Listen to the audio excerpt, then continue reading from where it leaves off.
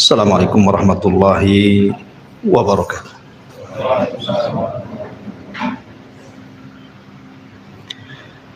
Alhamdulillah wassalatu wassalamu ala Rasulillah wa ala alihi wa sahbihi wa mawalah wa la hawla wa la quwata illa billahi wa ba'd. Alhamdulillah, di malam hari ini kembali kita bisa duduk untuk bertolabul ilmi, dan biasa kita mengkaji tafsir daripada surah Al-Baqarah. Malam ini biar tidak bosan kita selingi dengan tematik, sebuah tema yang saya ambil dari perkataan seorang ulama salaf, Zubair ibn Awam radhiyallahu an. Beliau mengatakan, man istata'a minkum an yakuna lahu khib'un min amalin salihin falyaf'al. Berkata Zubair ibn Awam radhiyallahu an, barang siapa di antara kalian yang sanggup melakukan amalan yang tersembunyi antara dia dengan Allah dari amalan saleh, maka lakukan. Artinya pembahasan malam ini kita akan membahas tentang pentingnya seseorang memiliki amalan yang tersembunyi yang tahu hanya dia dengan Allah Subhanahu wa ta'ala saja. Ma'asyiral muslimin yang dimuliakan Allah Subhanahu wa ta'ala, di dalam hadis Thauban ini maulan Nabi sallallahu alaihi wasallam, beliau pernah mendengar Nabi sallallahu alaihi wasallam bersabda, la a'lamanna aqwaman min ummati ya'tuna yaumal qiyamati bihasanati amsali jibali tihamatan baydan fayaj'aluha Allahu azza wa jalla haba'an mansura. Qala Thauban, ya Rasulullah, sifhum lana jallihim lana alla nakuna minhum wa nahnu la na'lam. Qala amma innahum ikhwanukum wa min jildatikum wa ya'khuduna minal laili kama ta'khudun walakinnahum aqwamun idza khalau bimaharimillahi intahakuha. Dari Thauban, dari Nabi sallallahu alaihi wasallam, kata Nabi sallallahu alaihi wasallam, beliau bersabda, sungguh aku mengetahui suatu kaum dari umatku datang pada hari kiamat dengan banyak membawa kebaikan seperti gunung Tihama. Namun Allah Subhanahu wa ta'ala menjadikan kebaikan tersebut seperti debu yang berhamburan. Maka Thauban kemudian berkata, ya Rasulullah, coba sebutkan sifat-sifat mereka, biar kami jelas, biar kami tidak seperti mereka. Maka Nabi sallallahu alaihi wasallam bersabda, adapun mereka adalah saudara-saudara kalian, kulit mereka sama dengan kulit kalian, mereka menghidupkan malam dengan ibadah sama dengan kalian, akan tetapi mereka adalah kaum yang jika bersendirian mereka merobek dengan cara bermaksiat kepada Allah Azza wa Jal dengan tidak terang-terang. Ma'asyiral muslimin yang dimuliakan Allah Subhanahu wa ta'ala, ada sebagian kita, saya, anda atau siapapun, pasti pernah melakukan maksiat yang orang tidak tahu. pasti itu. Apalagi dengan tersebarnya media-media hari ini, tangan-tangan kita hampir setiap orang pasti pegang handphone. Entah satu orang 2 handphone, 3 handphone kan itu. Pasti dengan alat itu kita bermaksiat kepada Allah Subhanahu wa taala di tengah-tengah kesendirian kita. Dan bermaksiat secara tidak terang-terangan itu bahaya sekali. Dari hadis Thauban ini kita simpulkan bahwa sampai ada orang-orang yang sholat malamnya tidak pernah putus, ibadahnya tidak pernah putus, dan dia mendatangkan pahala itu seperti gunung Tihama, saking banyaknya. Tapi rupanya amalan-amalan itu dihancurkan oleh Allah Subhanahu wa taala gara-gara dengan maksiat yang tidak terang-terangan. Lihat bahayanya maksiat tidak terang-terangan itu, menghabiskan semua amalan.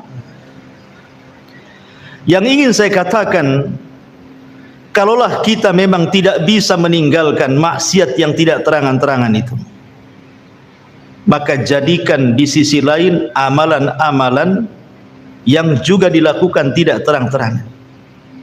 Amalan itu maksudnya antara kita dengan Allah saja yang tahu. Kenapa demikian?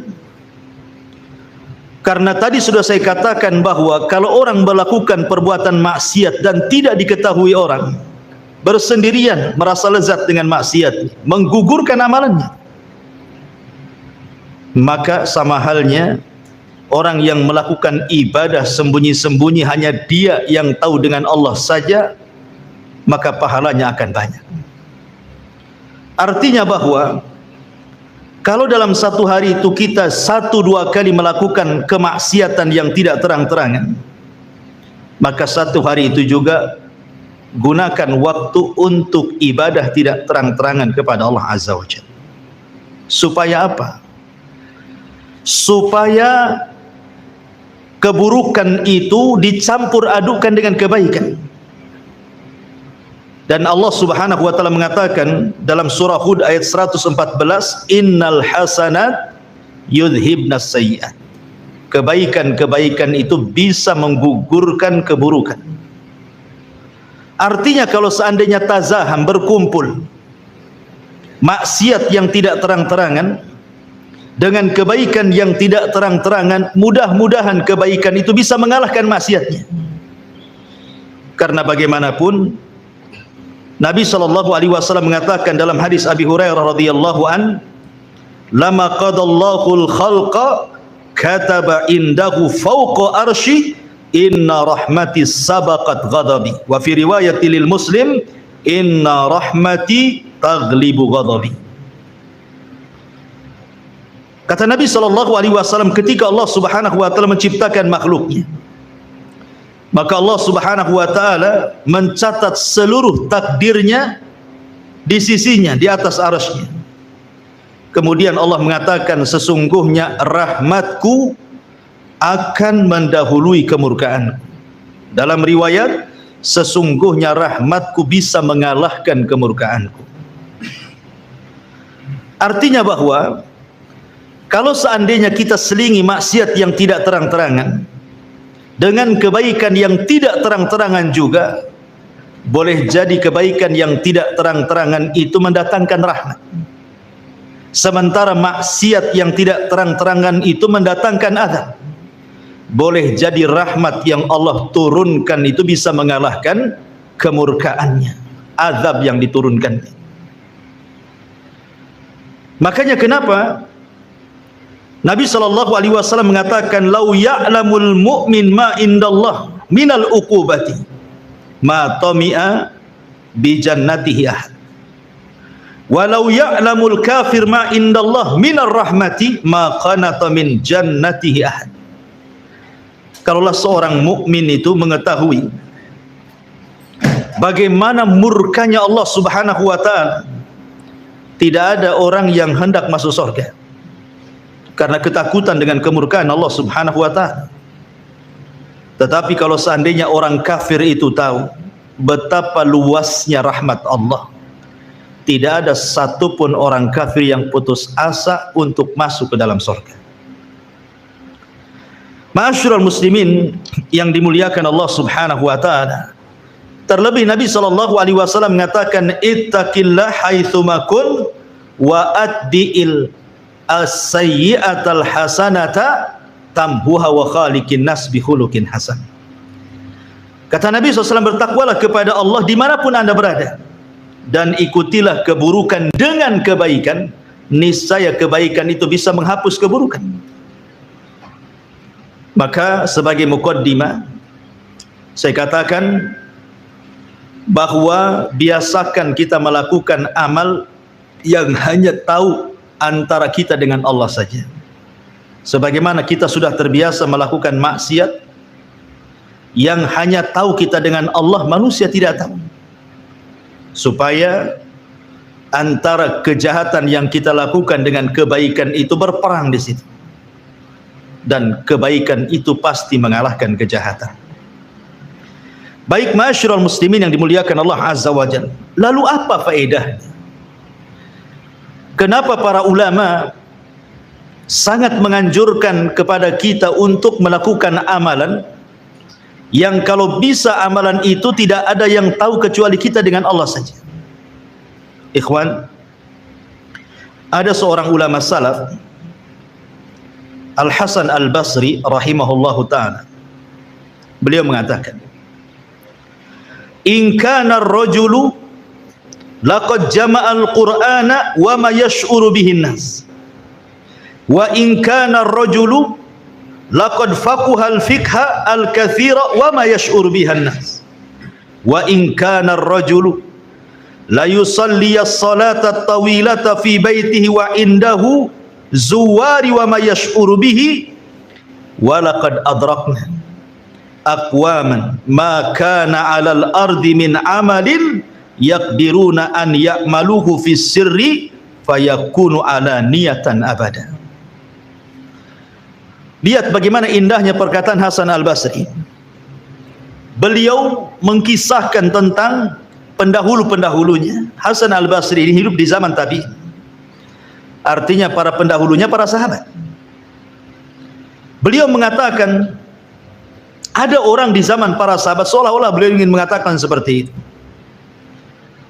sungguh telah mengumpulkan Al-Quran, menghatamkan Al-Quran, membaca Al-Quran, dan manusia tidak tahu kalau dia menghatamkan Al-Quran.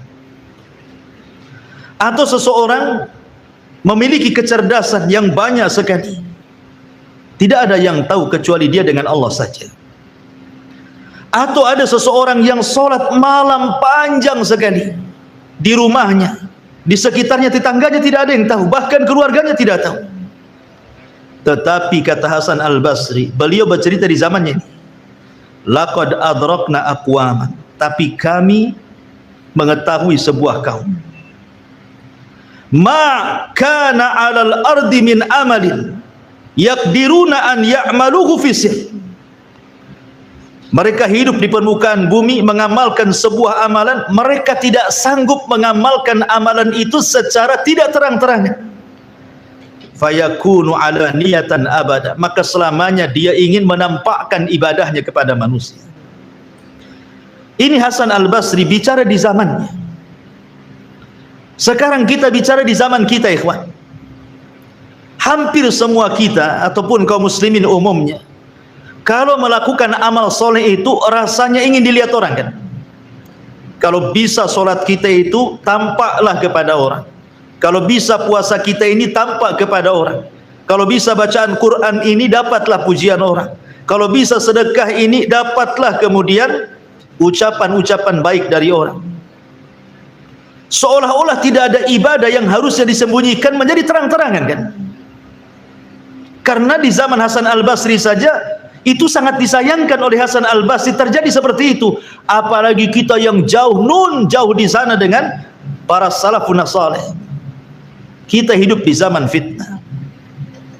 Makanya hidup di zaman fitnah ini agak sulit kita ini untuk menyembunyikan sebuah amalan. Makanya siapapun yang mampu menyembunyikan amalannya di zaman fitnah, Apa kata Nabi SAW dalam hadis Amir ibn Sa'ad ibni Abi Waqqas dari bapaknya radhiyallahu an? Dia mengatakan,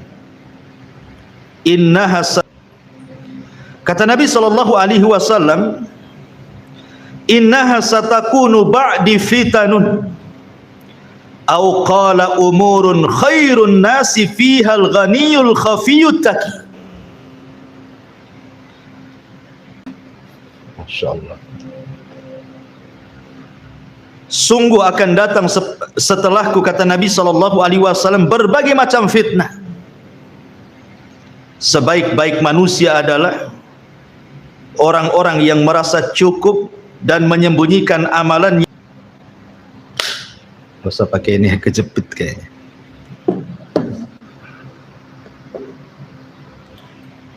Baik.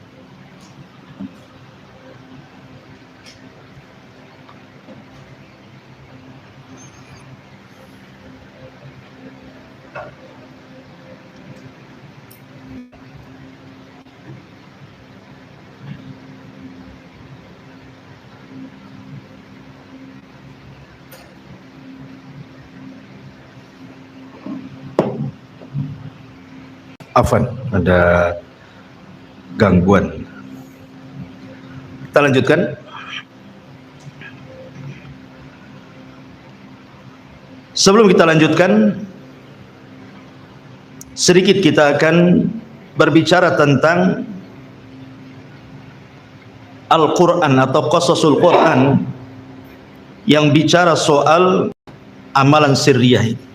Bagaimana keutamaannya, baru kita bicara tentang hadis-hadis Rasul, baru beberapa qasasus salaf, kisah-kisah salaf, supaya menjadi ibrah dan pelajaran bagi kita. Baik. Ma'asyiral muslimun yang dimuliakan Allah Subhanahu wa taala. Di dalam surah Yusuf, saya kira kita semua sudah tahu kisahnya siapa? Nabi Allah Yusuf alaihi salatu wassalam. Dijelaskan di dalam Al-Quranul Karim tepat pada ayat 23. Wa rawadathu allati huwa fi baitiha an nafsi wa ghallaqatil abwabi wa qalat hayta lak qala ma'adallah innahu rabbi ahsana mathwaya innahu la yuflihu zalimun. Dan perempuan yang dia Yusuf tinggal di rumahnya menggoda dirinya, dan dia menutup pintu-pintu lalu berkata, kemarilah mendekat kepadaku. Maka Yusuf berkata, aku berlindung kepada Allah, sungguh tuanku telah memperlakukan aku dengan baik. Sungguh orang-orang zalim itu tidak akan beruntung. Kemudian juga Allah mengatakan ayat selanjutnya, walaqad hammat bihi wa hamma biha laula an ra'a burhana rabbih kadzalika nasrifu anhu su' wal fahsya innahu min ibadinal mukhlasin. Dan sungguh perempuan itu telah berkehendak kepada Yusuf, dan Yusuf pun berkehendak kepadanya, sekiranya dia tidak melihat tanda dari Tuhannya, demikianlah kami palingkan darinya keburukan dan kekejian itu. Sungguh dia Yusuf termasuk hamba kami yang terpilih. Ikhwatu fiddin, muliakan Allah Azza wa Jalla. Kita semua tahu kisah Nabi Yusuf ketika digoda oleh siapa? Zulaiha, wanita yang sudah membesarkannya 10 tahun, tiba-tiba menaruh cinta yang luar biasa. Sejak diambil sampai 10 tahun dia menunggu waktu itu. Akhirnya kemudian cinta itu sudah meledak, tidak sanggup lagi dirahasiakan oleh Zulaiha. Akhirnya dia pun mengemukakan cinta itu dengan cara ingin melakukan perzinahan dengan Nabi Yusuf. Makanya kemudian suatu malam atau suatu hari Yusuf dimasukkan ke ruangannya, kemudian dikunci seluruh pintu dan juga jendela. Tidak ada orang yang tahu kecuali dia dan Yusuf.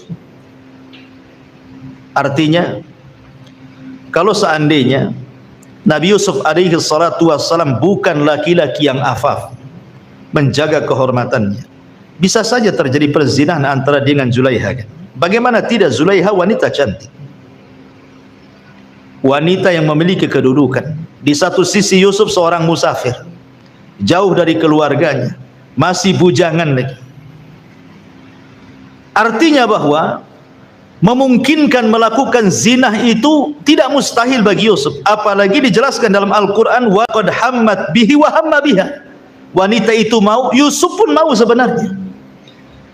Tetapi kalau bukan karena Yusuf alaihi salatu wassalam melihat burhana Rabbi, kekuasaan Allah subhanahu wa ta'ala, ada yang mengatakan diingatkan dengan ayahnya Ya'qub, ada yang mengatakan Allah subhanahu wa ta'ala memasukkan kesadaran dalam hatinya, ada yang mengatakan dia malu dengan patung yang ada di ruangan itu kemudian ditutupnya.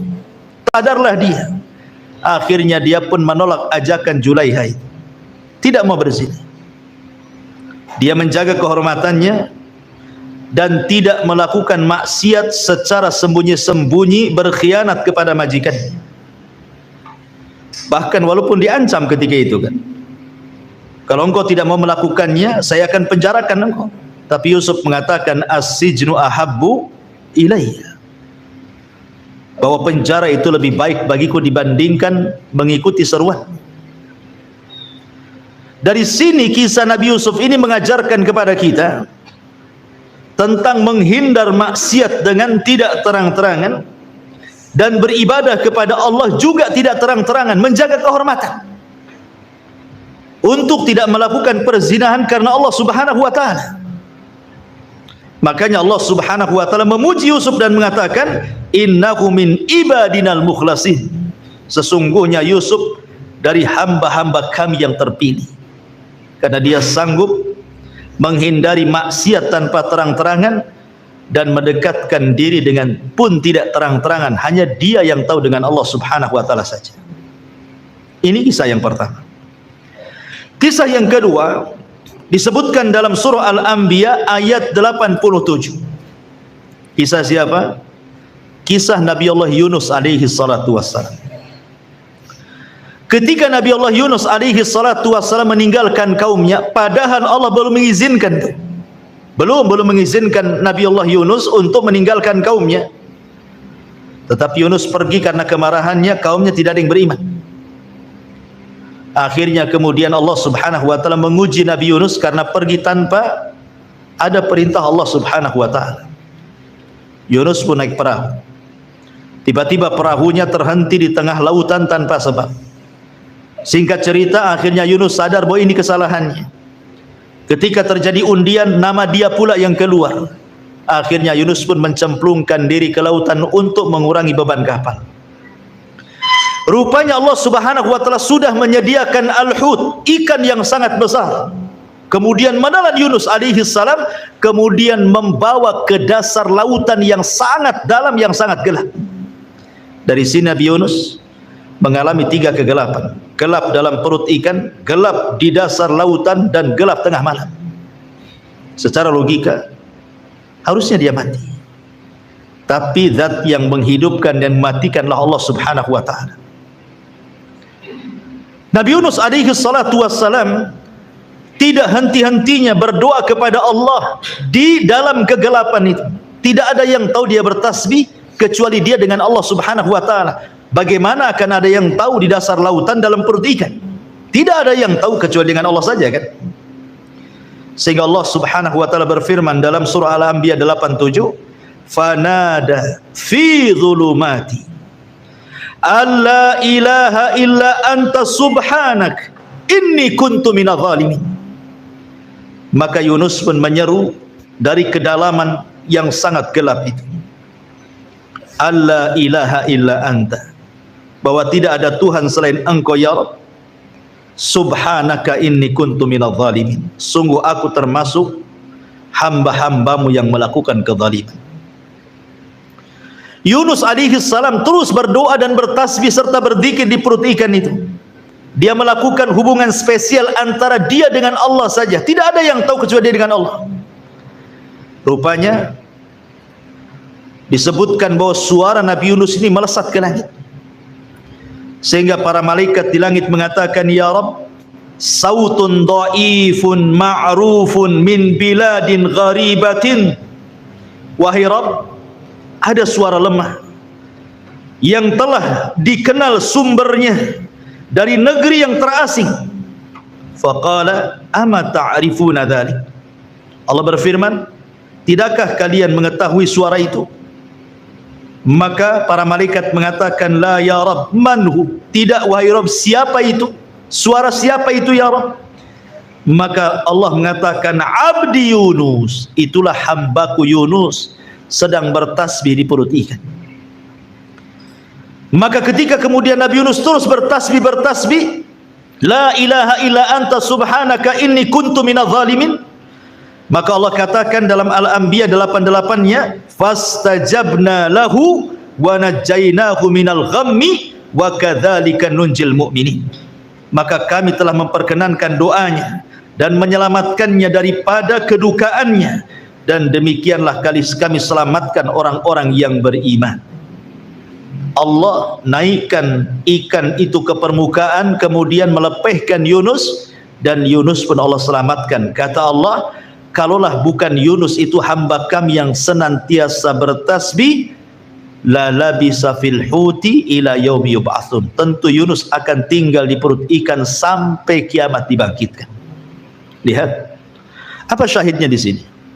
Syahidnya Nabi Yunus melakukan hubungan spesial antara dia dengan Allah, berkhalawat, berdua-duaan dengan Allah, bertasbih, berdoa, berzikir kepada Allah Azza wa Jal. Akhirnya Allah Subhanahu wa taala selamatkan Nabi Allah Yunus alaihi salatu wassalam. Ini dampak daripada ibadah sirriyah, ibadah yang tidak terang-terangan. Ini kisah yang kedua. Kisah yang ketiga, Allah Subhanahu wa taala sebutkan dalam surah As-Sadd ayat 18. Ketika Allah Subhanahu wa taala menceritakan tentang kisah Nabi Allah Dawud alaihi salatu wassalam. Apa kisahnya? Nabi Allah Dawud alaihi salatu wassalam diberikan mukjizat oleh Allah Subhanahu wa taala. Apa mukjizatnya? Berupa suara yang sangat indah. Jelaskan dalam kisah Israiliyat, dia memiliki 70 suara. Satu suara lebih indah dibandingkan suara yang lainnya. Suara yang lainnya lebih indah lagi dibandingkan suaranya, dan begitu seterusnya. Dan Allah Subhanahu wa taala jelaskan, inna sakharnal jibala ma'ahu yusabbihna bil asyi wal isyraq. Sungguh kami telah menundukkan gunung-gunung untuk bertasbih bersama Daud pada waktu pagi dan petang. Artinya begini, ahli tafsir menjelaskan bahwa Nabi Allah Daud itu terkadang di pagi hari atau di petang hari dia keluar sendirian, meninggalkan keluarganya, meninggalkan kaumnya, difokuskan hanya untuk beribadah sendirian, yang tahu hanya dia dengan Allah saja. Terkadang dia pergi ke bukit, terkadang dia pergi ke gunung. Sesampainya di bukit atau di gunung tersebut, terkadang kemudian Nabi Allah Dawud membuka zaburnya, kemudian membaca zabur sendirian,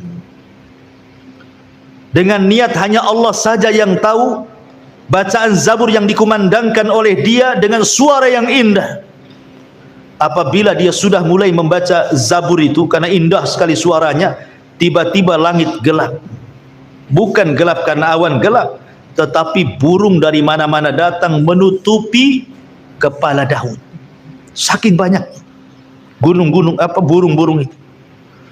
Kemudian burung-burung itu meminta izin kepada Allah untuk bertasbih bersama Daud, menirukan langgamnya, zaburnya Daud. Akhirnya ketika setiap kali Daud membaca zabur, setiap kali itu pula burung-burung ikut berkicau, bertasbih bersama Daud. Bahkan dikisahkan sampai burung-burung itu lupa diri, saking lezatnya, khusyuknya mendengarkan suara Daud, lupa makan, lupa minum, terkadang jatuh kemudian mati. Kemudian gunung-gunung pun cemburu dan mengatakan, ya Rabb, kenapa burung-burung diizinkan bertasbih bersama Daud sementara kami pun ingin bertasbih? Izinkanlah kami wahai Rabb. Akhirnya Allah Subhanahu wa taala firmankan, walaqad ataina Daud Dawuda minna fadlah ya jibal awwibi ma'ahu wat-tayr wa alanna lahul hadid. Dan sungguh kami telah berikan kepada Daud karunia yang besar. Wahai gunung, silahkan anda bertasbih bersama burung-burung itu dengan Daud alaihi salam. Akhirnya gunung-gunung diizinkan bertasbih bersama Daud. Ya. Lihat bagaimana amalul anbiya di sini, amalan para nabi. Mereka mengajarkan kepada kita bagaimana amalan-amalan itu hendaklah disembunyikan, yang tahu hanya dia dengan Allah saja. Kalau bisa kita pun seperti itu. Walaupun ibadah itu kan dibagi dua, ikhwan. Ada ibadah itu yang sifatnya alani, terbuka, nampak orang, seperti sholat jamaah, puasa Ramadan, zakat fitrah, haji, nampak. Dan itu. Atau terkadang orang hendak mencontohkan kebaikan kepada manusia biar ditiru orang, ditampakkanlah oleh dia ibadah itu. Tapi ada ibadah-ibadah itu, ikhwan, ada yang dianjurkan untuk tidak ditampakkan. Karena faedahnya ibadah-ibadah yang tidak dianjurkan untuk ditampakkan itu terkadang pahalanya jauh lebih besar dibandingkan ibadah yang ditampakkan.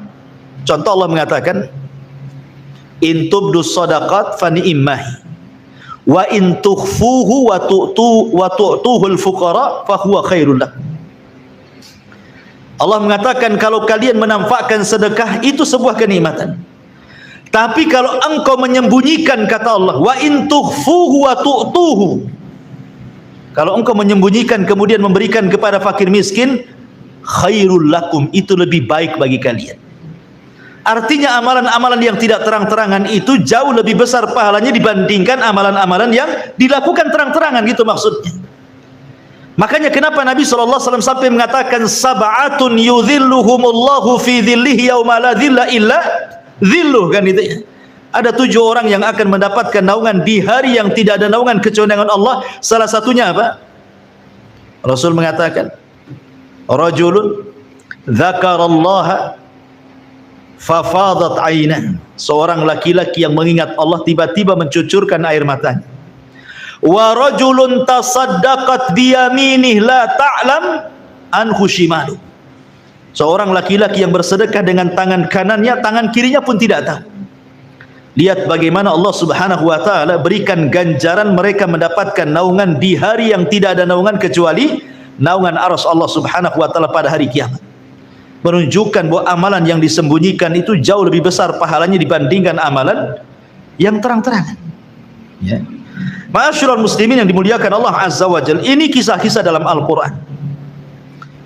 Dan kisah-kisah para nabi ini menunjukkan tentang pentingnya amalun khabi'ah atau amalun sirriyah. Kita lihat Nabi kita Muhammad sallallahu alaihi wasallam.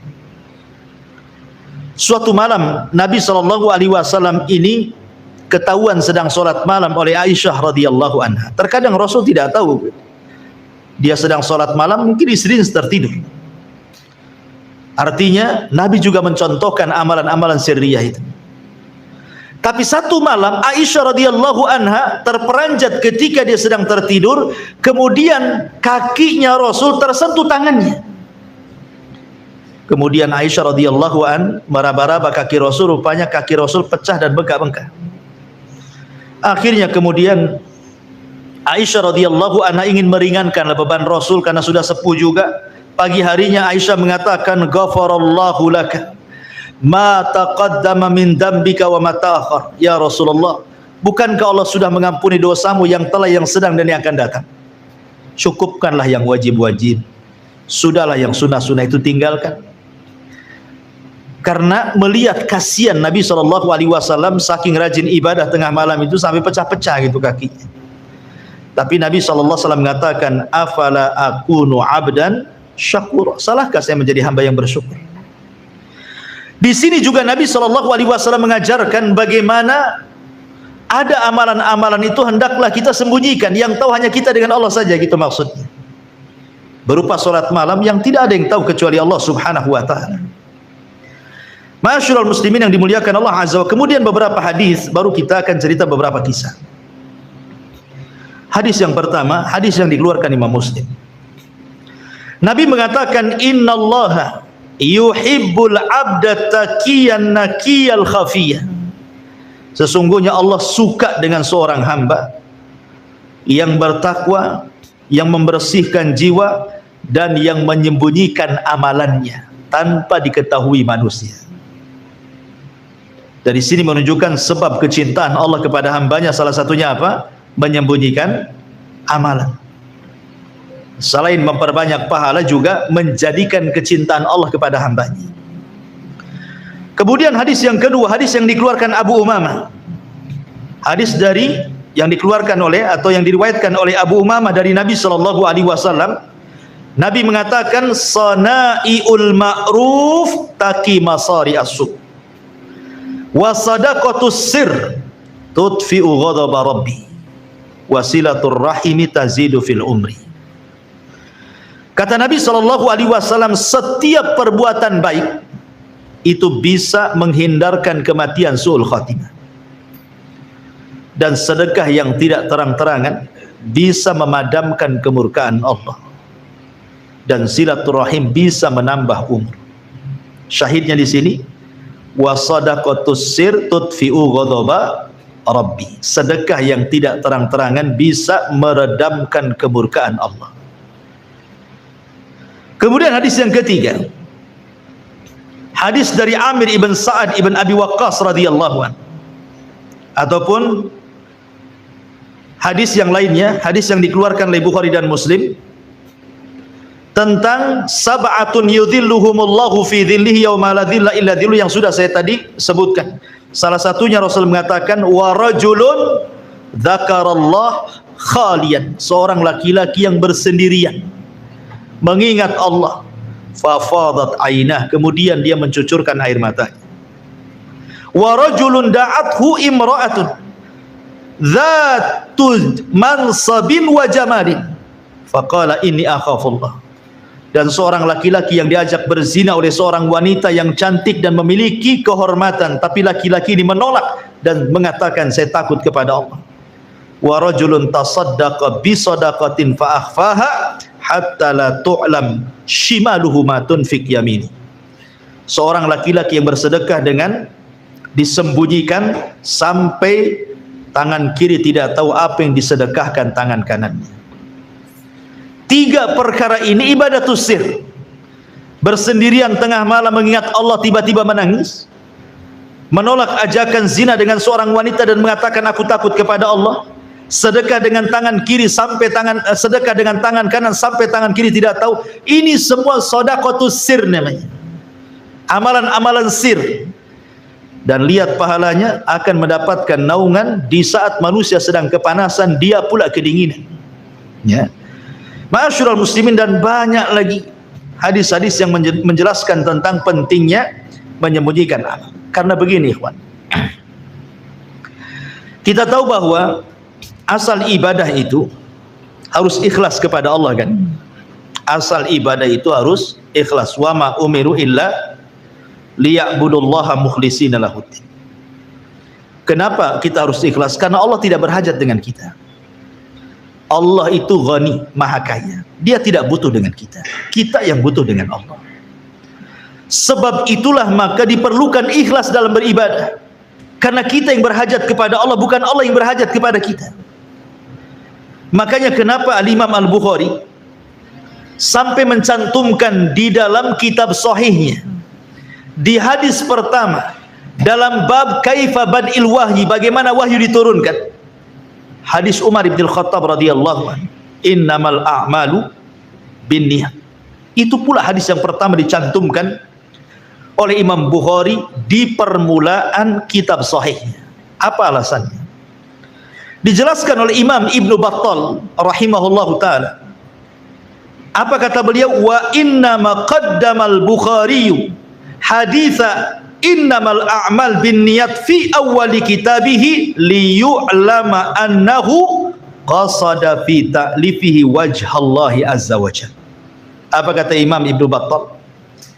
Beliau mengatakan maksudnya Bukhari ketika meletakkan permulaan sahihnya dengan hadis Umar bin Khattab innamal a'malu binniyat, supaya diketahui, kata Imam Ibnu Battal, bahwa tujuan Imam Bukhari mengarang Sahih Bukhari itu adalah karena ikhlas untuk Allah saja. Karena ikhlas untuk Allah. Sampai-sampai para ulama mengatakan, kalau seandainya Allah berikan kekuatan kepadaku untuk mengarang sebuah kitab, maka tentu setiap bab aku akan cantumkan innamal a'malu binniyat, supaya aku disadarkan dengan keikhlasan. Bahkan sampai Imam Syafi'i mengatakan, aku hanya berkeinginan manusia membaca buku-bukuku, tetapi manusia tidak tahu siapa yang mengarangnya. Kata Imam Syafi'i, ya, aku mau kitab-kitabku dibaca manusia, tersebar kemana-mana, tapi aku tidak mau manusia tahu bahwa yang mengarang kitab itu adalah aku, gitu maksudnya. Saking ikhlasnya gitu Imam Syafi'i rahimahullahu ta'ala, dan mencontohkan bagaimana cukuplah dia saja dengan Allah yang tahu.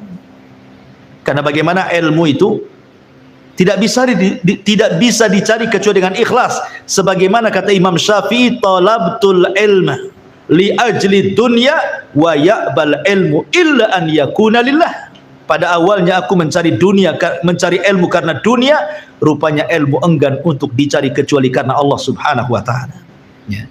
Ma'asyiral muslimin yang dimuliakan Allah subhanahu wa ta'ala, makanya nanti pada hari kiamat ketika Allah katakan yauma tublas sarair, surah At-Tariq ayat 9, pada hari itu akan ditampakkan segala rahasia manusia, maka amalan yang paling bermanfaat saat Allah membongkar semua aib manusia pada hari kiamat adalah orang-orang yang membawa amalan yang tersembunyi, yang hanya dia dengan Allah yang tahu ketika di dunia.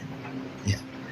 Baik, ma'asyiral muslimin yang dimuliakan Allah azza wa jalla, kita masuk ke kisah-kisah para ulama, kisah-kisah para ulama salaf, biar kita semakin termotivasi untuk melakukan amalan yang hanya tahu kita dengan Allah saja.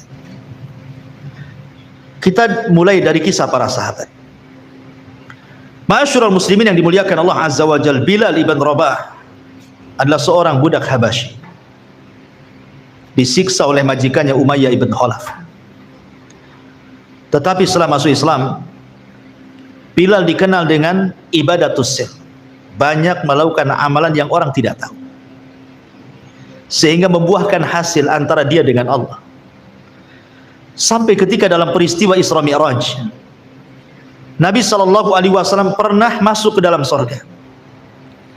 Kemudian di dalam sorga itu Rasul mendengar ada suara terompah. Kemudian Nabi SAW bertanya kepada Jibril, suara terompah siapa itu? Kemudian Jibril mengatakan, itu suara terompahnya Bilal. Maka Nabi SAW setelah peristiwa itu memanggil Bilal. Kemudian Rasulullah SAW mengatakan, ya Bilal, inni sami'tu khaskhasataka fil jannah, madza tasna? Bilal, aku mendengar suara terompahmu di surga. Apa yang kau lakukan? Apa yang kau amalkan? Amalan apa yang kau rahasiakan? Maka Bilal mengatakan, la syai'a ya Rasul, tidak ada wahai Rasul. Ya. Kemudian Rasul mendesak, madza tasna? Apa yang kau lakukan? Maka Bilal ibn Rabah radhiyallahu anhu mengatakan, ya Rasulullah, ma tawaddatu wudu'an illa wa qad shallaitu rak'atain. Boleh jadi karena aku selepas berwudu tidak pernah meninggalkan 2 rakaat sunnah wudu. Karena Bilal itu dikenal tidak pernah membatalkan wudu. Kalau wudu batal, wudu lagi, batal wudu lagi, batal wudu lagi. Itu Bilal. Dan setiap batal wudu 2 rakaat wudu, setiap batal wudu 2 rakaat wudu. Subhanallah. Itu yang dilakukan Bilal ibn Rabah. Apa hasilnya? Terampahnya sudah sampai di surga sebelum orangnya. Karena apa? Amalus sir, amalan yang tidak terang-terangan, yang tahu hanya Bilal dengan Allah saja. Ini satu. Kisah yang kedua, kisah Abu Bakar Siddiq radhiyallahu ma'ruf. Ya. Jadi Abu Bakar Siddiq radhiyallahu an dikenal dengan amalan hatinya. Karena boleh jadi ibadah-ibadah yang jauh lebih hebat dibandingkan Abu Bakar banyak. Ibadah-ibadah zahir maksudnya, salat, baca Quran dan yang lainnya. Boleh jadi ada yang melebihi Abu Bakar. Tetapi Abu Bakar dilebihkan oleh Allah bima waqara fi qalbi, karena kejernihan hati kepada Allah dan Rasulnya. Dia tidak pernah ragu-ragu dengan wahyu. Bahkan satu-satunya sahabat yang masuk Islam tanpa ada keraguan itu cuma Abu Bakar. Yang lain ragu-ragu dulu, betul ke dia Nabi, jangan-jangan bukan Nabi, baru setelah yakin masuk Islam. Tapi Abu Bakar tidak, ya. Jadi kisahnya adalah Abu Bakar Siddiq radhiyallahu anhu suatu hari setelah sholat fajar, beliau keluar, dan itu dilakukan bukan sekali dua kali, berkali-kali, sehingga membuat perhatian Umar bin Khattab radhiyallahu anhu. Curigalah Umar ini, kemana lah si Abu Bakar ini? Kenapa setelah sholat subuh dia langsung pergi? Biasanya duduk, sahabat yang lain menunggu syuruk, kemudian sholat sunnah syuruk kan gitu. Ini langsung pergi, masih gelap. Diikuti oleh Umar. Rupanya Abu Bakar Siddiq radhiyallahu anhu menuju rumahnya. Setelah ditunggu agak lama, rupanya keluar membawa gandum di pundaknya. Kemudian pergi entah berantah, diikuti oleh Umar bin Khattab. Rupanya sampailah ke rumah yang ada di perbatasan kota Madinah. Ada gubuk kecil. Abu Bakar lamalah di rumah itu. Setelah agak siang, Abu Bakar keluar kemudian pulang. Umar penasaran, siapa di gubuk itu? Akhirnya kemudian Umar radhiyallahu an pun berusaha ingin masuk ke gubuk itu, pengen tahu ada apalah di gubuk itu. Rupanya di gubuk itu ada ajus, ada nenek yang sudah tua, yang sudah renta lagi buta, dan ada anak kecil sebagai cucunya. Kemudian Umar bertanya dan mengatakan, wahai nenek, tahukah kamu siapa yang datang tadi? Kata nenek tersebut, saya tidak tahu, dia selalu datang kemari, membawa makanan, terkadang memperbaiki rumah kami, terkadang memasakkan untuk kami. Selesai semuanya dia pergi begitu saja, dan itu sudah lama dia lakukan. Ketika mendengar hal itu, Umar pun menangis dan mengatakan, laqad at'abta al-khulafa ba'daka ya Abu Bakr. Sungguh akan meletihkan siapapun para pemimpin yang akan menggantikan posisimu, wahai Abu Bakar. Tidak ada yang sanggup melakukan seperti kamu. Artinya bahwa lihat Abu Bakar Siddiq mencontohkan apa? Amalus sir. Tidak ada yang tahu sahabat kalau Abu Bakar Siddiq datang ke rumah orang miskin, ke seorang nenek yang buta, merawatnya, dan itu sudah bertahun-tahun. Sampai ketika Abu Bakar Siddiq radhiyallahu anhu meninggal dunia, Umar berazam ingin meneruskan apa yang dilakukan Abu Bakar kepada nenek itu. Jadi ketika Abu Bakar meninggal, dia yang meneruskannya. Ketika dia masuk ke rumah nenek itu, kemudian membersihkan rumahnya, membenarkan rumahnya, membawa makanan. Masalahnya nenek ini tahu ketika menyuapkan kurma di mulut nenek itu, kok beda cara menyuapkannya, ya. Sehingga ketika itu nenek mengatakan, aina sahibuk, aina sahibuk, mana temanmu?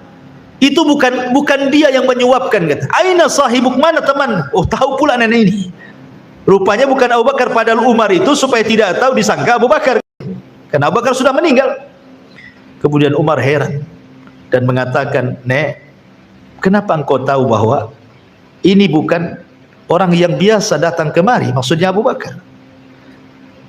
Kemudian Umar mengatakan, kata nenek ini mengatakan, wahai fulan, ya, karena dia kalau menyuapkan kurma ke mulutku, dia akan suapkan dengan lembut, dan dia akan kupas kurma itu sampai ke kulit-kulitnya sehingga tinggal dagingnya saja, baru kemudian dimasukkan ke mulutku sehingga aku mudah mengunyahnya. Tapi dirimu memasukkan kulit-kulitnya kulit-kulitnya dimasukkan, jadi susah ngunyahnya. Makanya dia tanya, aina sahibu, mana temanmu itu, ya. Maka akhirnya kemudian Umar pun mengatakan, sudah meninggal wahai nenek. Kagetnya nenek, inna lillahi wa inna ilaihi rajiun, ya. Ma'asyiral muslimin yang dimuliakan Allah subhanahu wa ta'ala, Umar pun sama sebenarnya. Dikisahkan oleh Talha ibn Ubaidillah radhiyallahu anhu.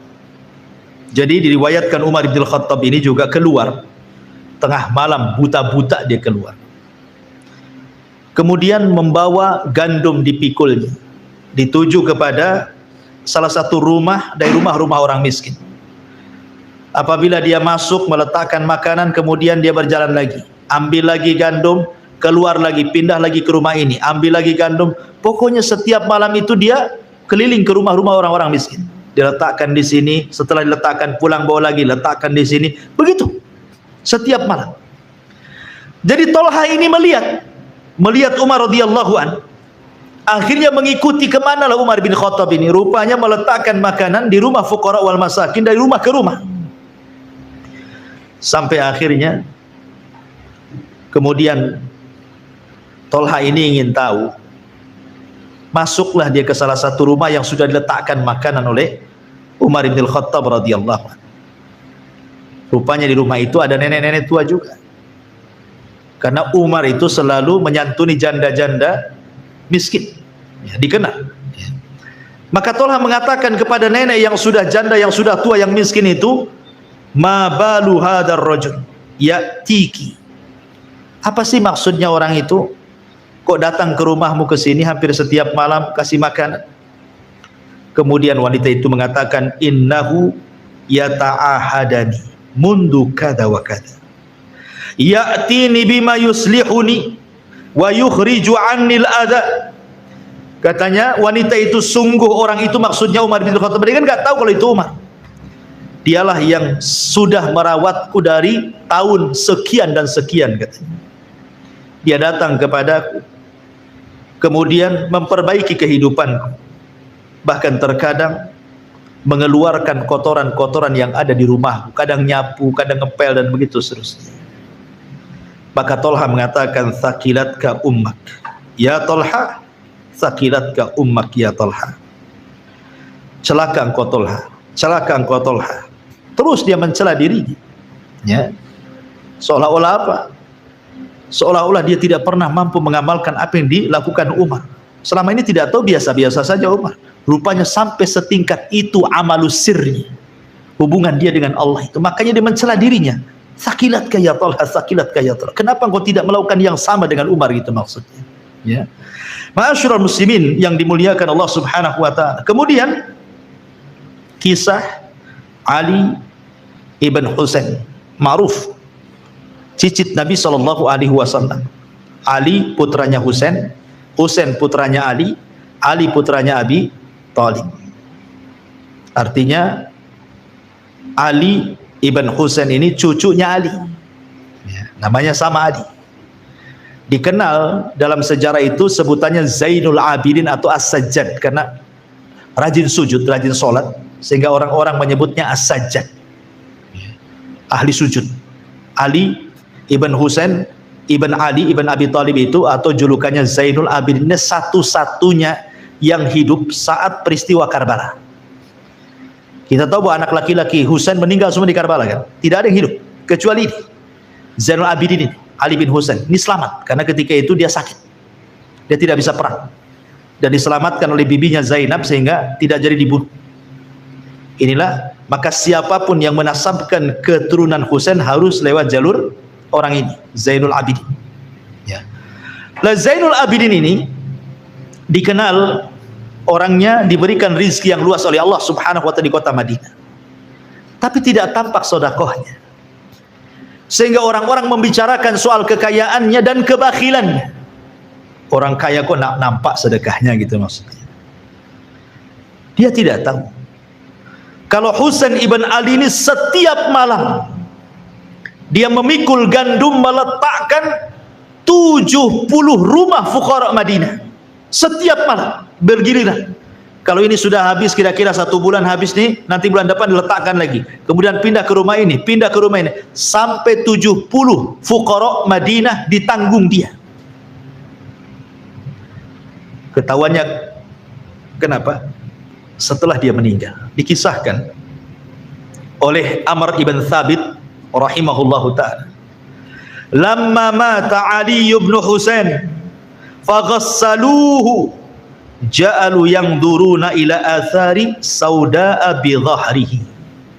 Ketika dia meninggal, Ali bin Husain ini, orang-orang memandikannya, maka orang-orang yang memandikan itu melihat di balik punggungnya seolah-olah dia setiap hari memikul benda berat, karena nampak hitam kapalnya itu di belakang, ya.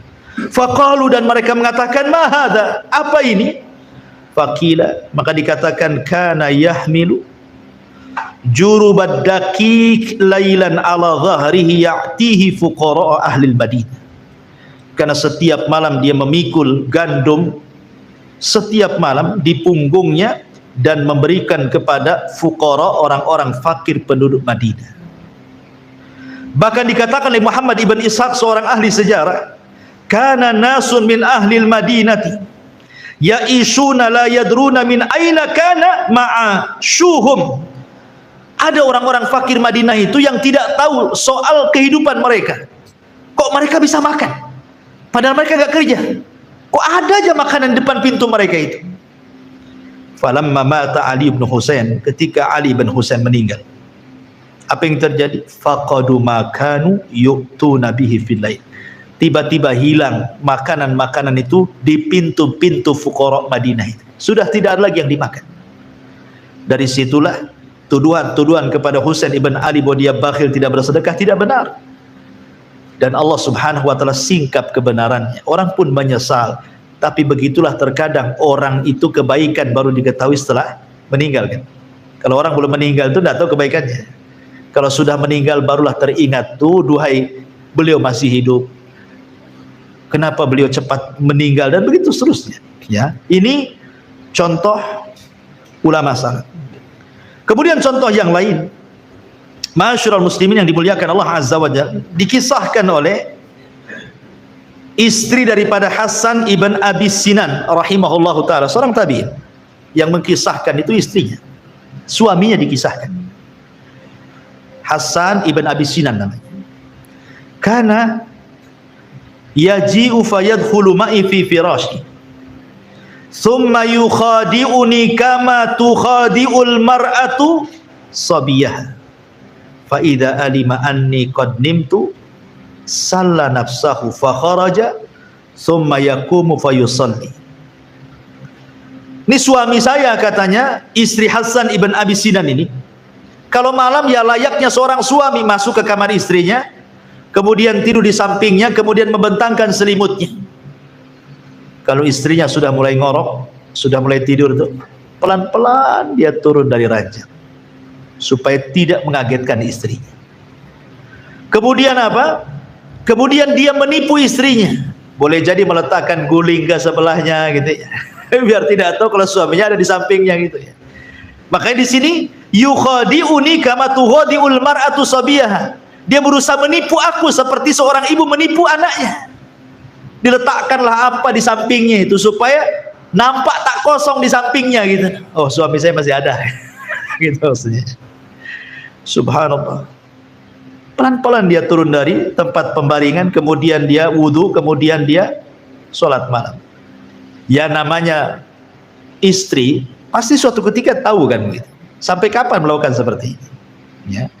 Akhirnya kemudian satu malam ketahuan sama istrinya, diikuti nih kemana suaminya. Rupanya dia wudu, kemudian dia sholat. Besoknya gitu lagi, besoknya gitu lagi. Akhirnya istrinya kasihan dan mengatakan, faqultu lahu, aku katakan kepada suamiku ini, ya Aba Abdillah, kam tu'adzab nafsak. Sampai kapan kau nyiksa dirimu? Sampai kapan kau menyiksa dirimu seperti ini? Urfuk binafsin, lembutkanlah dirimu, jaga kesehatan. Setiap malam kok seperti ini. Kemudian dia mengatakan, uskuti waihaki, fayushiku an arkuda raqdatan la aqumu minha zaman. Dia mengatakan, diam engkau wahai istriku, celaka engkau. Hampir-hampir aku bangun, aku tidur dan aku tidak bisa pernah bangun selamanya, sehingga aku gunakan hanya untuk sholat malam dan sholat malam. Seolah dia mengatakan, aku tidak mau mati dalam posisi tidur, kalaupun aku harus mati, aku dalam posisi sholat malam, gitu maksudnya. Luar biasa gitu. Nah, kalau antum pergi ya entah tahu kemana, istri nyari-nyari nggak ada di kamar, ada di ruang tengah, ada curiga. Kan itu. Ma'asyiral muslimin yang dimuliakan Allah Azza wa Jalla. Makanya Imam Malik, ikhwan, Imam Malik itu ajaib kisahnya. Imam Malik itu satu-satunya imam madhab yang para penguasa takut dengan dia. Bayangkan, biasanya ulama takut penguasa gitu. Makanya di zaman Khalifah Ma'mun banyak para ulama yang takut dengan penguasa, terpaksa mengatakan Al-Quran makhluk. Ini enggak, penguasa yang takut kepada Imam Malik. Mulai dari pusat sampai penguasa, gubernur di bawahnya, semua takut sama Imam Malik. Dan semua para ulama menghormati Imam Malik. Dan semua orang-orang awam mengagumi Imam Malik. Luar biasa.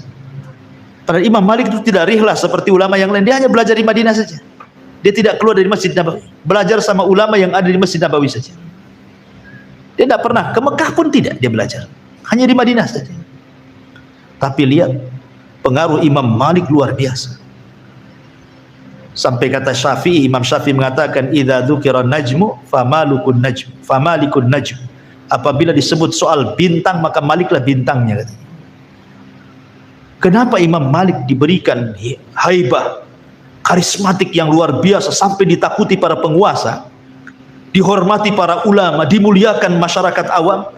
Kata Imam Ibnul Mubarak rahimahullahu ta'ala, ma ra'aitu rajulan irtafa'a mithla Malik ibn Anas laisa lahu kathiru salatin wala siyamin illa an takuna lahu sariratun ma'allah. Lihat, ini yang kasih rekomendasi tazkiyah ini bukan sembarang orang. Abdullah ibn Mubarak, ulama dunia, ya. Kata Abdullah ibn Mubarak, aku tidak melihat seseorang yang diangkat derajatnya seperti Malik ibn Anas katanya. Dia tidak dikenal banyak puasanya, tidak dikenal banyak sholat malam. Kayak biasa, orang biasa lah, orang soleh biasa. Ya, ya tidak rajin kali sholat malamnya, tidak rajin juga puasa sunnahnya, tidak, biasa saja.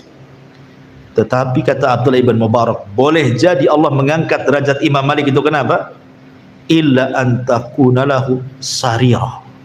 Boleh jadi karena ada hubungan spesial antara dia dengan Allah yang kita tidak tahu. Ya. Boleh jadi karena ada hubungan spesial antara Imam Malik dengan Allah yang kita tidak tahu. Lihat, Allah angkat derajatnya kan. Ya. Saya kira ibadah sirriyah itu bukan perkara yang sulit, ikhwan. Kayak antum nih, berangkat dari sini atau pulang dari sini, antum bisa sambil naik motor, sambil jalan kaki, sambil naik mobil, antum bisa berzikir kan? Bisa lah, subhanallah walhamdulillah wala ilaha illallah wa akbar, subhanallah bihamdihi subhanallah, kan bisa saja kan? Masa antum ngomong begitu saja sendirian kan? Siapa yang tahu? Ya. Walaupun umpamanya ada yang nyerempet motor, mereka pun tak tahu antum sedang berzikir kan? Atau mungkin antum berpuasa, kalau puasa Ramadan semua orang tahu lah puasa Ramadan, tapi puasa sunnah, sampai ada ulama salaf itu berpuasa sunnah 40 tahun, tidak ada yang tahu, sampai keluarganya pun tidak tahu. Jadi ketika dia pergi ke pekerjaannya, dia bawa bekal, disangka oleh istrinya untuk makan dia, rupanya sampai jalan disedekahkan bekalnya, kemudian pulang sore barulah dia buka. Selama 40 tahun tidak tahu istrinya. Itulah masalah sampai seperti itu. Artinya kalau seandainya seseorang sholat malam cukup 2 rakaat sajalah. Kalaupun kita tidak bisa sampai 11 rakaat sama dengan Rasul atau 13 rakaat kan gitu, 2 rakaat jadilah. Pamannya habis isya lah, sholat witir 1 rakaat pun boleh lah kan begitu. Tidak ada yang tahu kecuali Allah dengan antum saja. Antum masuk kamar, istri tak tahu, tak ada, sholat seolah-olah tidak seperti sedang sholat, biasa saja. Kan bisa saja kita lakukan seperti itu. Makanya Taqiyuddin itu kakeknya Ibnu Taimiyah. Ibnu Taimiyah itu punya kakek namanya Taqiyuddin, pengarang kitab Multaqo, syarahnya Nailul Autor yang dikarang oleh Imam Syaukani, syarahnya itu, matannya itu namanya Multaqo. Yang ngarang itu kakeknya Ibnu Taimiyah, namanya Taqiyuddin. Imam Taqiyuddin ini sampai dijelaskan tuh biografinya itu, saking dia tidak mau ada satu waktu luput pada kehidupannya untuk belajar, terkadang dia suruh, Ibnu Taimiyah masih kecil tuh, kalau dia mau buang hajat ke kamar mandi, mau buang hajat lah, itu Ibnu Taimiyah suruh bacakan hadis keras-keras di luar tuh. Jadi dia tidak mau sampai waktu buang hajat, tidak mau terlewatkan begitu saja. Jadi cucunya Ibnu Taimiyah baca kok keras-keras di luar sana biar masuk suaranya ke kamar mandi, gitu maksudnya. Kan tidak masalah. Yang dilarangkan tidak boleh baca di kamar mandi. Ya, baca Quran tidak boleh di kamar mandi. Tapi kalau seandainya suara murotal yang masuk ke kamar mandi tidak masalah, kan nggak di kamar mandi kan itu. Tapi yang ingin saya katakan dalam biografinya Taqiyuddin ini, beliau kalau ada masalah dirundung masalah, tidak bisa keluar dari masalah itu. Apa yang dilakukan dia? Dia cari masjid yang ada di Baduy, yang nggak pernah dimakmurkan orang, yang nggak pernah orang sholat di situ. Kemudian dia sholat di situ. Kenapa? Supaya orang tak tahu. Baru dia bermunajat kepada Allah Azza wa Jalla. Seperti itu. Ya.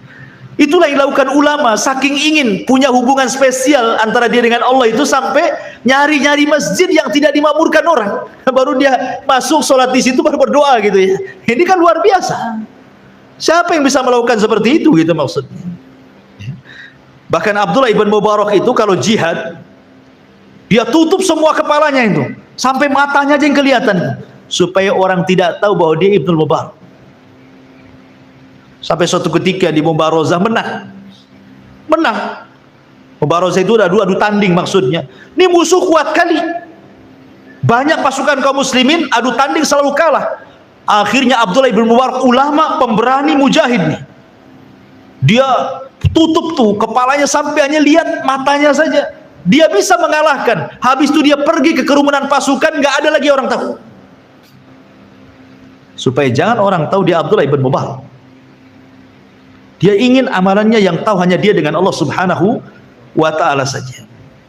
Makanya dikatakan oleh Bishr bin al-Harith, la yajidu halawatal akhirati rajulun yuhibbu an ya'rifahun nas. Selamanya orang yang ingin dikenal manusia itu tidak akan pernah merasakan manisnya akhirat. Enggak akan. Kalau setiap amalannya semua pengen tahu, enggak akan dia merasakan manisnya akhirat. Ma'asyiral muslimin yang dimuliakan Allah Azza wa Jalla. Secara ringkas karena sudah malam juga. Apa sih faedahnya? Kita ini berhubungan atau punya hubungan spesial dengan Allah itu apa sih samarahnya? Ya. Faedahnya itu apa? Yang pertama, alamatus sidqil iman. Bahwa orang yang berdua-duaan beribadah yang hanya dia dengan Allah yang tahu saja, faedahnya adalah menunjukkan kebenaran iman dia. Ini yang pertama. Yang kedua, ats-tsabatu fil mihani wasyada'id wal fitan. Dia akan istiqomah. Tidak mudah tergoyahkan dengan fitnah apapun yang akan menimpanya. Karena dia punya hubungan spesial dengan Allah Subhanahu wa taala. Kemudian yang ketiga, ab'ad minar riya. Orang yang hubungannya dengan Allah saja dan tidak perlu orang tahu, orang ini seikhlas-ikhlasnya orang, pasti orang ini akan jauh dari riya. Kenapa? Karena dia sudah sampai tingkat muraqabah. Apa muraqabah? An ta'budallaha ka'annaka tarah, fa illam takun tarahu fa innahu yara. Seolah-olah Anda beribadah melihat Allah, atau kalau tidak mampu yakini Allah melihat kita. Tingkat ihsan. Ya. Kemudian yang keempat, aktsaru ajran wa a'dhamu athara. Akan mendapatkan banyak pahala dan akan banyak memberikan pengaruh positif pada kehidupannya. Sudah saya jelaskan di awal tadi. Kemudian yang nomor 5, salahul qalbi wastiqamatihi wa taharati, dan itu bisa membersihkan hati.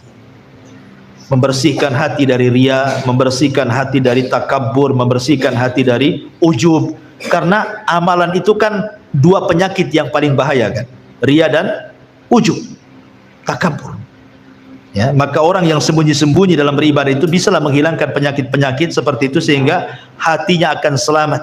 Al-yauma la yanfa'u malun wala banun illa man atallaha biqalbin salim. Kemudian yang nomor 7, al-qabul was-sana'ul hasan. Akan dapat penerimaan yang baik dari Allah. Bahkan dapat pujian. Karena sebab orang beramal antara dia dengan Allah saja yang tahu, itu sebab Allah cinta dengan orang ini. Ketika Allah cinta dengan orang ini, Allah panggil para malaikat. Pertama kali Allah panggil Jibril. Kemudian Allah katakan, ya Jibril, aku cinta dengan si fulan, kau cinta juga dengan dia. Maka Jibril akan mengatakan kepada para malaikat, hei malaikat-malaikat Allah, Allah cinta dengan si fulan, kalian pun harus cinta dengan dia. Maka Allah letakkan kecintaan di kalangan para malaikat. Setelah itu Allah letakkan kecintaan di kalangan manusia. Ya. Kemudian yang nomor 8, bahwa orang yang senantiasa melakukan amalus sir, kata para ulama, maka dia akan mendapatkan kelezatan iman. Kelezatan iman. Ya, sebagaimana disebutkan oleh para ulama, karena dia punya hubungan spesial dengan Allah masalahnya. Lalu apa saja amalan-amalan itu yang dianjurkan untuk disirkan? Pertama, sedekah. Karena sedekah sir itu bisa meredamkan kemurkaan Allah. Yang kedua, salat malam, salat nafilah. Ya.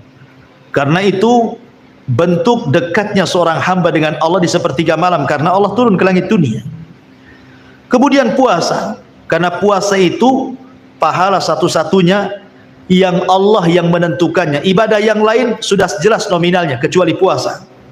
Kata Allah Subhanahu wa ta'ala dalam hadis qudsi, kullu amal ibni adam lahu, qala Allah taala illa siyam fahuwa li wa ana azzibi. Setiap amalan Bani Adam dikembalikan kepada yang mengamalkannya kecuali puasa, aku yang akan membalasnya.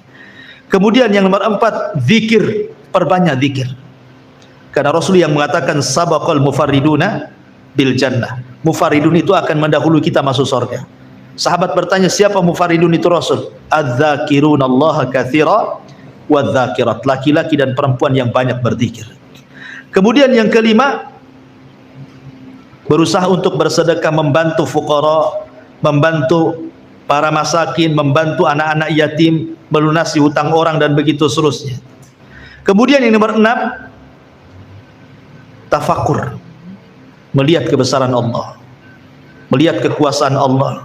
Sebagaimana hadis tadi, 7 orang yang akan mendapatkan naungan di hari yang tidak ada naungan kecuali naungan Allah. Salah satunya apa? Rajulun dzakarallaha khaliyan, laki-laki yang merenungkan, tafakur sendirian sampai fafadat aina, tanpa terasa mencucurkan air matanya. Ya. Kemudian yang nomor 7, baca Quran. Ya. Sampai-sampai dulu para ulama itu kalau sedang baca Quran di masjid ditutup sampai sama imamahnya. Jadi kalau ada orang ditutup Quran, kalau nggak ada yang dibuka lagi, supaya orang nggak tahu kalau dia sedang baca Quran. Bahkan seorang ulama apabila dia membaca Al-Quran atau sedang mengajar, kemudian lewat dia hadis-hadis tentang adab-adab Allah, dia pun kemudian menangis. Terkadang pura-pura dia pilek, pura-pura pilek, padahal dia sedang menangis, supaya yang tahu hanya dia dengan Allah Subhanahu wa ta'ala. Dan begitu seterusnya. Sekarang ada 2 kisah sebelum saya tutup. Ada seorang syekh bercerita, ini kisah nyata. Jadi ada seorang anak yatim. Kata syekh ini, ada seorang anak yatim. Anak ini soleh, karena bapaknya juga soleh. Bapaknya meninggal. Jadi anak ini rajin ibadah. Satu hari anak ini bermimpi. Dalam mimpinya berjumpa dengan ayahnya. Kemudian ayahnya senyum dalam mimpinya itu. Kemudian ditanya, senang sekali engkau wahai ayah, ada apa? Maka ayahnya mengatakan, Allah sudah memanggilku. Kata anaknya, lalu apa yang Allah katakan kepadamu? Maka dia mengatakan, ghafara li rabbi, Rabbku telah mengampuni dosa-dosa. Kemudian anaknya mengatakan, amalan apa yang kau lakukan wahai ayahku sehingga Allah mengampuni dosa? Kata ayahnya, tidak, kecuali karena doanya fulan ibn fulan. Karena doanya fulan ibn fulan. Terperanjatlah dari mimpinya. Kemudian dia pikir, ini mimpi-mimpi biasa kan. Besoknya mimpi gitu lagi, sampai berkali-kali. Akhirnya dia penasaran perkataan ayahnya, sebab doa fulan bin fulan itulah ayahmu diampuni dosanya. Dicarilah nama fulan bin fulan ini, dari desa ke desa, dari desa ke desa, terus sampai akhirnya Allah takdirkan ketemu. Kemudian setelah ketemu dia tanya, apakah engkau kenal namanya si Anu dan si Anu? Dia tidak mengatakan si anaknya, tidak. Cuman ingin memastikan, kamu kenal dengan bapak aku gitu, tapi tidak mengatakan bapaknya. Kamu kenal dengan Fulan ibn Fulan? Iya, saya kenal Fulan bin Fulan. Maksudnya ayah dia. Ya. Kemudian dia mengatakan, apa yang kau lakukan dengan dia? Atau apa yang ia lakukan kepada? Kemudian dia mengatakan, dulu aku seorang musafir, tersesat jalan, hilang bekalku, hampir mau mati. Tiba-tiba ada seseorang yang menolong aku, memberikan bekal kepadaku, memberikan uang kepadaku sehingga aku selamat dari kematian dan aku bisa pulang ke rumah, katanya. Sejak itulah setiap sujud aku doakan dia. Sejak itulah aku sujud saya doakan dia. Kemudian anak ini menangis, kemudian pulang. Ikhwan, orang ini membantu orang musafir, tidak ada yang tahu kecuali Allah, kan? Tidak ada yang tahu. Ini satu kisah. Kisah yang kedua, ada seorang syekh bercerita, dia bermimpi, dalam mimpinya berjumpa dengan Nabi. Kemudian Nabi mengatakan, wahai Fulan, kabar gembirakan kepada si Fulan bin Fulan bahwa dia termasuk min ahlil jannah, katanya. Awalnya mimpi biasa saja. Pikir ya mimpilah, kadang baik kadang buruk kan gitu. Tapi berulang-ulang kali mimpinya, sehingga dia penasaran dengan bisyarah dari Nabi kepada Fulan ibn Fulan itu. Siapa Fulan ibn Fulan ini? Hebat kali. Kenapa dalam mimpiku Nabi sampai mengatakan bisyarah, kabar gembirakan bahwa dia termasuk penduduk surga. Akhirnya dia cari-cari orang ini. Dalam bayangan dia mungkin dia seorang ulama besar, orang soleh, ahli ibadah, kan dalam bayangan dia gitu. Nggak mungkin lah orang dihabar gembirakan oleh Nabi dengan surga kalau orang-orangnya sih orang-orang jahat, kan nggak mungkin, mustahil. Dicari-cari rupanya orang tersebut adalah salah satu penduduk dari sekitar penduduk Mekah, ya. Orang miskin, orang biasa. Akhirnya dia ke rumahnya, lama dia menunggu di rumah itu, rupanya datang taksi. Turunlah dia dari taksi, rupanya dia super taksi. Percaya nggak percaya lah kan gitu ya. Tapi setelah ditanya, apakah namamu Fulan bin Fulan? Iya. Dia nggak yakin juga. Berani kau bersumpah namamu Fulan bin Fulan? Wallahi namaku Fulan bin Fulan. Masih nggak percaya juga. Ya. Akhirnya, bisa nggak kau izinkan aku masuk ke rumahmu, katanya. Dalam pikiran dia, jangan-jangan dia lagi nyamar. Itu sebenarnya ulama nyamar jadi super taksi. Jangan-jangan di rumah itu maktabah semua, kitab-kitab semua isinya gitu maksudnya kan. Jadi dia geledah rumahnya, tidak ada satupun kitab, tidak ada, hanya mushaf Quran saja. Jadi dia makin bingung lah. Akhirnya cobalah dia duduk, ngomong empat mata. Wahai Fulan, aku punya kabar gembira kepada. Tapi sebelumnya, ada nggak amalan spesial hubungan kamu dengan Allah? Entah kau sholat malam, entah kau apalah gitu. Kata dia, mana ada ya Syekh, aku ini orang biasa, kamu orang soleh, hari-hari aku super taksi, alah kau ini ngapain kesini gitu. Tapi kemudian dia desak, akhirnya dia ngaku, saya sih tidak tahu maksud kedatanganmu, tapi ya saya adalah amalan, katanya. Tapi saya akan ceritakan, tolong aku minta 2 syarat, katanya. Apa syaratnya? Pertama, apa yang dimaksud bisyarah, kabar gembira yang akan kau sampaikan kepadaku itu. Yang kedua, tolong jangan ceritakan kepada siapapun apa yang saya akan ceritakan kepadamu. Oke. Akhirnya bercerita begini, aku punya tetangga, dia bukan orang Mekah, orang luar, tapi tinggal di sekitar sini. Dia punya 5 anak yatim, ayahnya meninggal dunia. Aku kasihan karena ibunya sakit, anaknya masih kecil-kecil. Sejak itu aku bersumpah kepada Allah, wallahi demi Allah, kata, setiap penghasilan taksiku aku akan bagi 2.